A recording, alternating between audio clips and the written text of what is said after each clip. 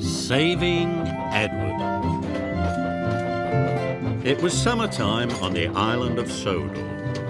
All the engines were working hard, carrying goods and passengers. They cheerfully chuffed up and down the lines. All except Edward. Edward was worried. He wheezed as he puffed, and steam hissed out of his cylinders. One morning, the Fat Controller came to the sheds. He had an important job for Edward. A special delivery of fruit and vegetables is coming to the docks today, he told him.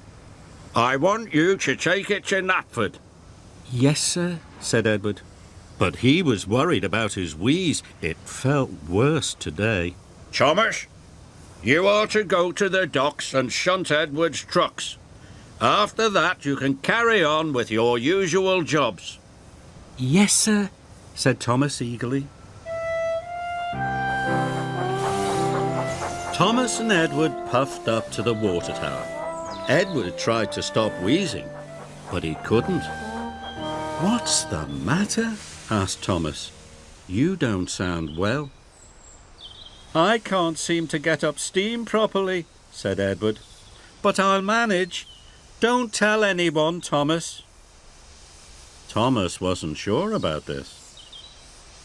I don't want the Fat Controller to know, hissed Edward.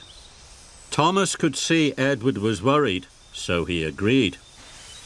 He hurried off to shunt Edward's trucks. Edward followed slowly to the docks. Edward was very worried. What if he was too weak to pull his train? He would be of no use to the railway. He wouldn't be useful at all. Edward shuddered at the thought. Must keep going, he wheezed fearfully. At the docks, Thomas had shunted Edward's trucks into place for him. Soon Edward was coupled up and ready to go.